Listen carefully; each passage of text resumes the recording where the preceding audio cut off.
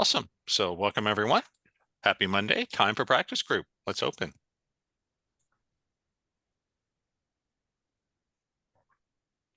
Father, Mother, Source, Spirit, Creator of all that is. Thank you for bringing us together, giving us a great opportunity to teach, practice, and learn awakening dynamics. Thank you. Namaste.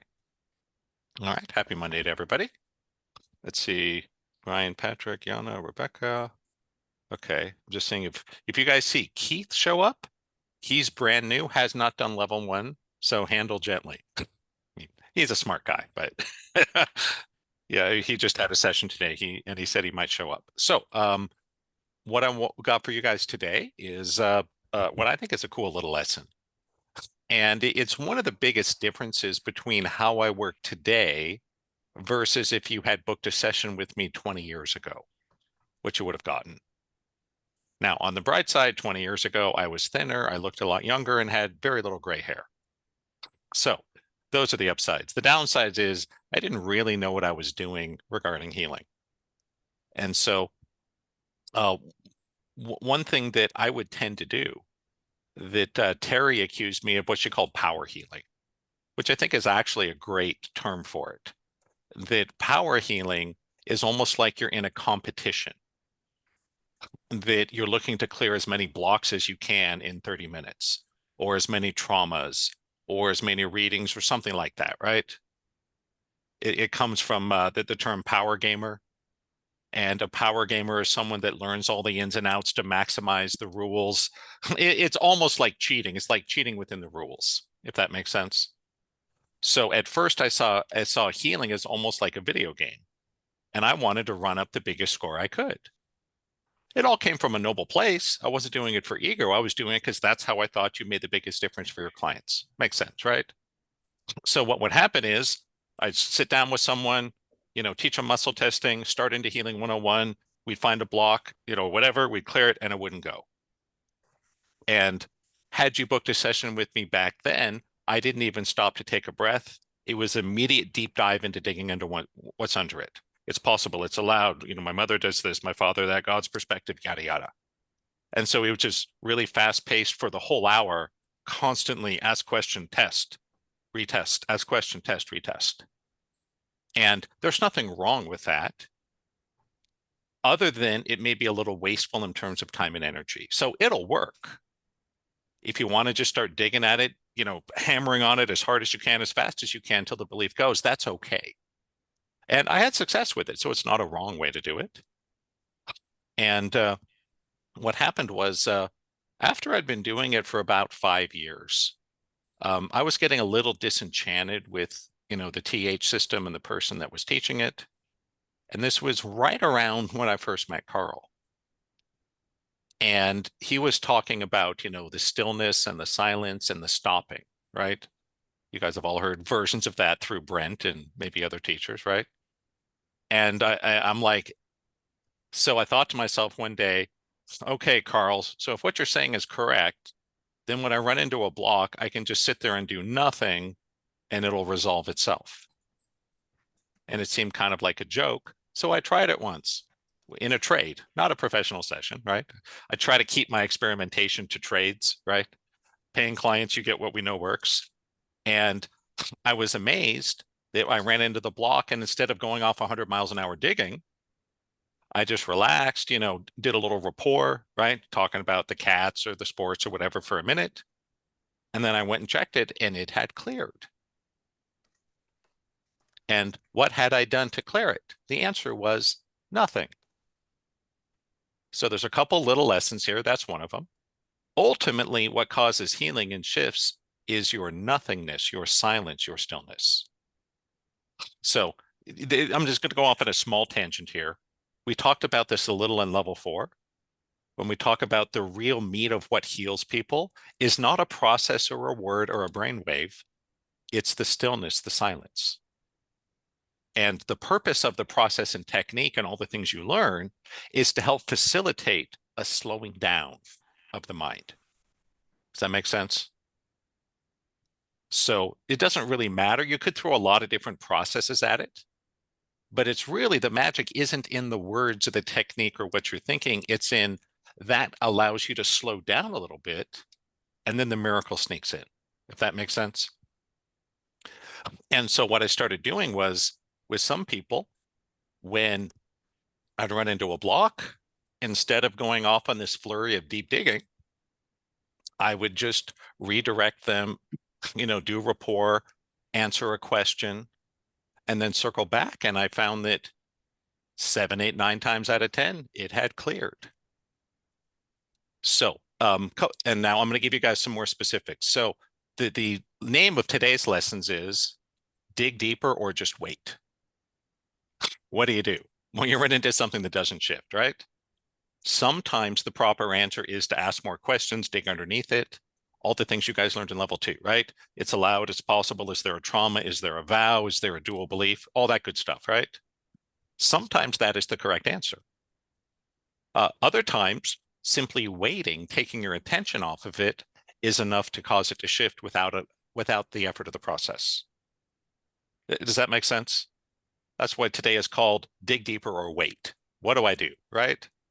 Do I dig deeper, keep at it, keep hammering at it with the tools? Or do we just chill, take a breath, talk about the cats for a minute, and check it again? So I'm going to give you some guidelines. First and most important guideline is it doesn't matter. They both work. So if you're worried about it, stop. No need to worry. They both work. One just may be a little faster and easier than the other, depending. Second thing is, if you just learn this stuff, you may not have that ability yet, because what happens is every time you do any task in life, slowly your nervous system learns the task, doesn't it? You learn to speak, you learn to ride a bike, you learn to rollerblade, you learn a language, you learn to play guitar or program a computer or do healing, right? It's all the same.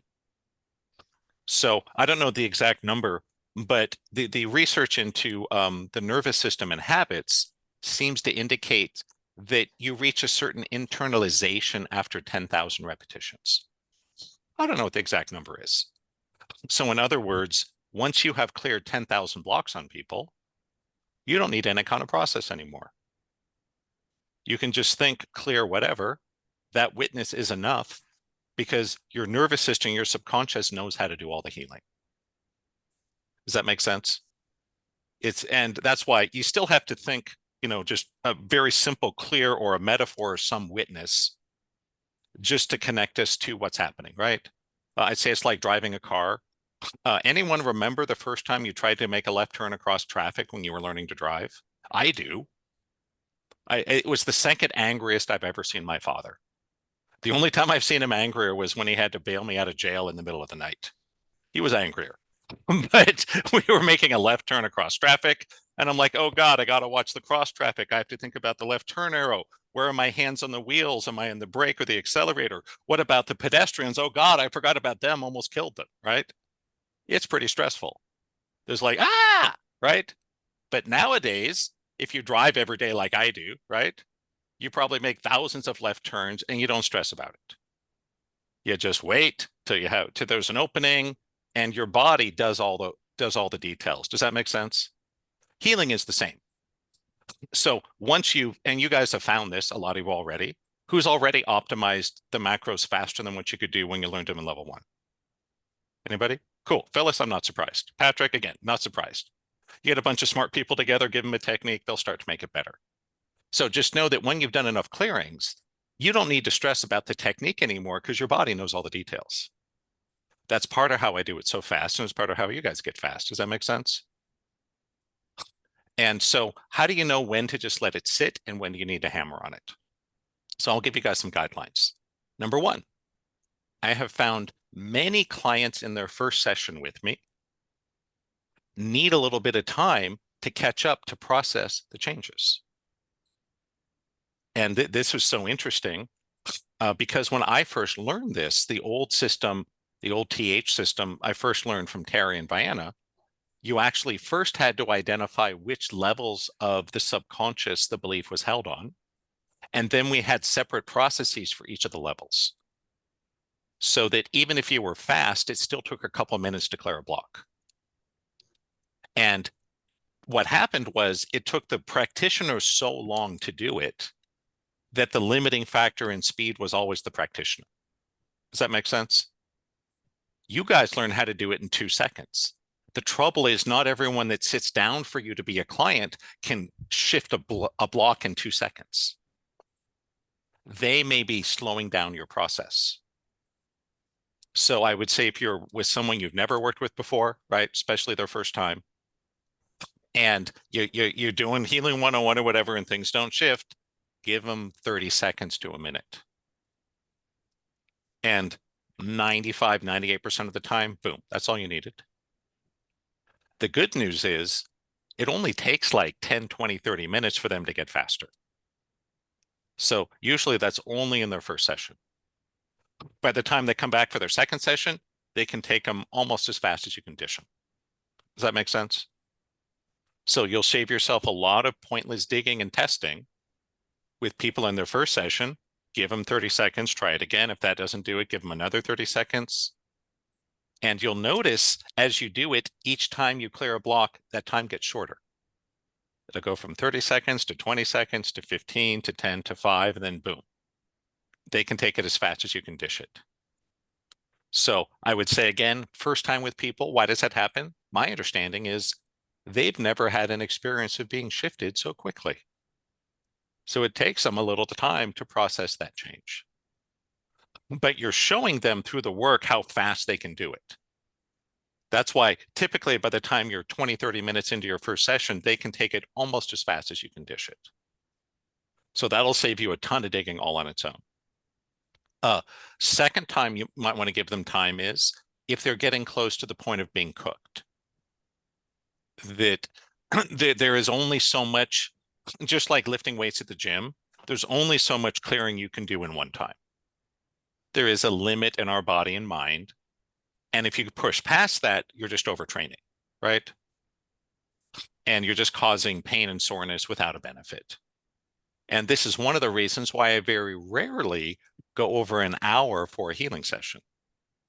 Now, if you guys want to do a coaching session and you're like, Brent, let's do a 3-hour coaching session. I want you to, let's bang out my webinar. I go, cool, I can do that, right? Because I can sit and talk on the phone for 3 hours without blowing up your head. But if we're doing energy healing fast paced, 3 hours is a terrible idea, right? So another time that I commonly slow down, give people a little more time, is when you're coming close to the end and things are getting a little slow. You know, that the subconscious feels mushy is the way I would put it. It's a little hard to work with. You know, it's like, I don't know why this is coming to mind, but it's a great example. When they drill deep into the earth, the record is 7.1 miles. It was a deep borehole created by the Soviet Union, I think in the 50s and 60s. That what happens is the deeper you go, the hotter it gets. And at some point, it melts the tip of the drill. And the rock itself becomes like taffy. And you can't drill anymore, right? I get that same sensation when I work on someone a lot and they're getting cooked, right? So those are the 2 times I would give them time. The times I would immediately dig would be one, when you're with someone that you know has done a decent chunk of this, and you know their subconscious knows the healing process and has been through it, and they don't feel cooked. In that case, I would just jump in and dig, right? It's allowed, it's possible, there's a trauma, there's a vow, dual beliefs, eyes open, closed, you know, all the cool tricks you learned in level 2. And of course, the overarching answer is, let me ask you guys, what do you do if you're not sure what to do or what technique to apply or what to ask? Lynn got the second answer. The first answer, I was panic, run around, scream, and break things because you're screwed, right? Yeah. But Lynn has the second part correct. Yeah, do a reading. So that's your ultimate. And that's kind of how I do it. That if I run into a block, I just look at where does my mind go? If it's immediately going to, let's find what's underneath it. Yes, what Patrick said. I love it, Patrick. Just dig underneath it. If you're feeling a little tired, like, wow, we need a break, to me, that says just let it breathe. And this can also be useful that Sometimes you're just not sure what to do, right? But remember, at the end of the day, they both work. They'll both get you there. So right back to the beginning, don't sweat it too much. Whichever way you go, it's going to work eventually, right? Yeah. The only exception would be if you just did level 1, you haven't done many groups or practice sessions yet. Here's the techniques, right? You got to get your couple thousand repetitions. But which is a lot faster than you would think, right? You could easily be clearing 50, 60, 100 blocks during one of these sessions. So we're talking a matter of weeks or a small number of months. It doesn't take that long. And the good news is once you've drilled the process, your subconscious knows how to do it. The only thing that looks kind of like that is occasionally, and this would be maybe another lesson, maybe next week. Occasionally, the thing you need to do to get someone to shift the block is to take their attention off of it. The whole watch pot never boils, right? And if you keep banging your head against it, trying to dig it out, you're not going to get there. But it's amazing how sometimes you'll get that sense of let it breathe, right? That's when you distract them, either with rapport or answer a question or talk about something cool. And it's amazing how many times you circle back 2, 3, 5 minutes later and boom, everything shifted. That makes sense? Awesome. Any questions on this or anything else you guys brought for today? Happy to answer them. Patrick, please go for it. I just wanted to confirm what you said and how Yep. timely that was, because Lynn, if you don't mind me sharing what happened yesterday. So Derek had his level 3 watch party over the weekend, and Oh, cool. yesterday I worked. Very Yeah, cool. and yesterday I worked with Lynn, and if you didn't know, Lynn turned age 24 yesterday, and every June 9th from this point forward, she will be 24 again, which is basically the download that we did. And um, first it didn't take. And I was thinking, what else can I dig there? What else can I do so that, unconsciously she Yep. believes she's 24 forever. Yep. And I thought, did I just, put a big double whammy somewhere in there where it's Yeah. like too much for her to process? And while I was Yeah. thinking that out, and I'm like, well, let me ask. And she's like, oh, wait, it's a yes now. So if I just waited Right. instead of overthinking it. Yeah, exactly. That's why I'm saying sometimes you just chill for a minute, take your focus off of it, and the work all gets done. It's just like, yeah, I'll know you put because I make peanut butter toast sometimes. It's comfort food for me, and it's really easy.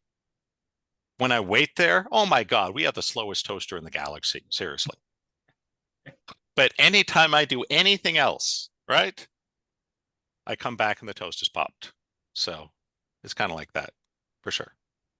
And just remember to wish Lynn a happy 24th birthday Yes. from this point Well, and I forever learned something. evermore. I'm a little embarrassed. I thought she just turned 29. So yeah, good thing I didn't say anything, huh? Yeah. Not sure why, but that seems to be the preferred age for most women, you know? Men don't seem to care as much. Any other questions or shares? Otherwise, we'll get you with a partner. Yep, happy 24th, Lynn. Yeah, I asked my wife, I'm like, honey, next year, how many times will that be you've turned 29? Yeah.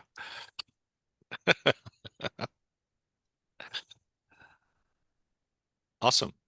Yeah, 21 is fun because you get to drink and gamble, right? Though back in the old days, you know, it was a lot easier to get beer or sneak into a casino back in the old days. Nowadays, they're really strict about it. I watched Saturday Night Fever the other night. Anybody remember that movie? Great movie.